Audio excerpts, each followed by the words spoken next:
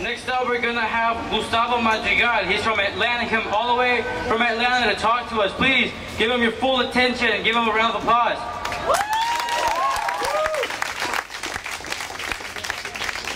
Hello everyone, my name is Gustavo. I am undocumented and I am unafraid.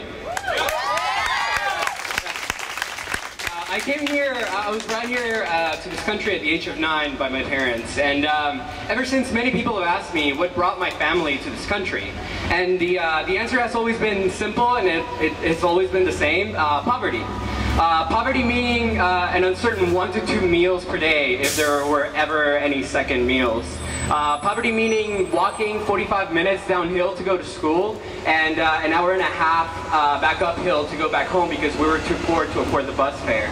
Poverty meaning that my parents had to make a choice, a life or death choice, between living in the same conditions that you'd been living in poverty, or go out and search for a better life. And I am eternally grateful to my parents for the choice that they made. And I said life or death choice because our journey to the States brought us a couple of times close to death. I remember the second time of walking through the desert, my mom collapsed from the heat. Now we were very lucky to have such generous people traveling with us who gave up their water so that my mom could drink it and get back up and keep walking. And I'm eternally grateful to them for that. And even though that meant they had to go without water. At the end of our journey, we were kidnapped by a gang. Now, me and my sister, we were 9 and 8 years old, respectively, at the time, and they didn't care. That didn't matter to them. They stripped all of us of our clothes and our money and our dignity. And luckily, we were let go, and we eventually made it to Griffin, Georgia, which would become my family's home for the next 10 years. And I want to say I don't blame my parents for the situation that I'm in.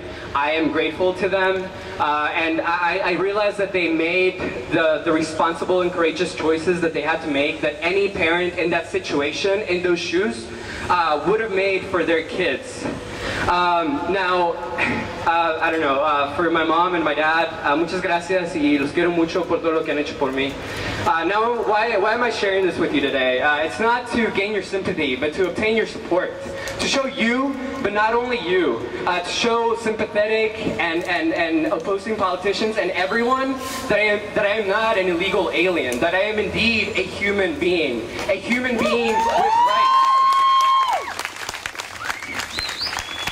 I would show everyone that I'm not just a number, that I'm not part of a quota that needs to be met by President Obama every year, and whom, as sympathetic as he may be, is no better than Nathan Deal or Russell Pierce or Matt Ramsey with his program Secure Communities.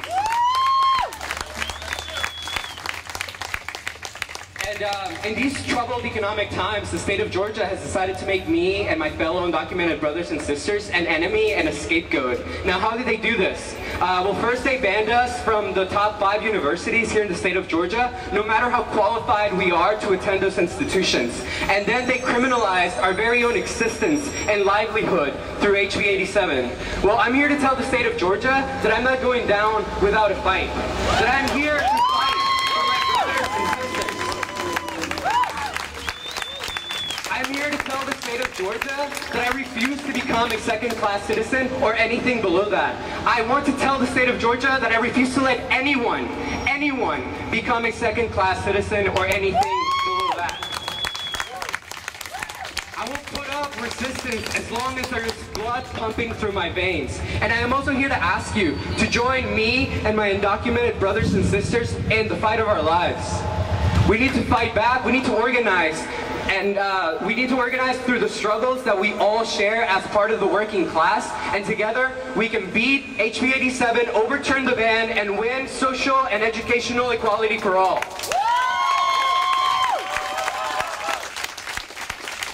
Now, I would like to just wrap this up with a quote from one of my favorite people. You guys might know him, Malcolm X. And I speak from a personal standpoint, but I'm pretty sure that I also speak for many of my undocumented brothers and sisters. And to the state of Georgia, and I quote, "We declare a right on this earth to be a human being, to be respected as a human being, to be given the rights of a human being in this society, on this earth, in this day, which we intend to bring into existence by any means necessary." My name is Gustavo. I am undocumented, unafraid, and unashamed. Thank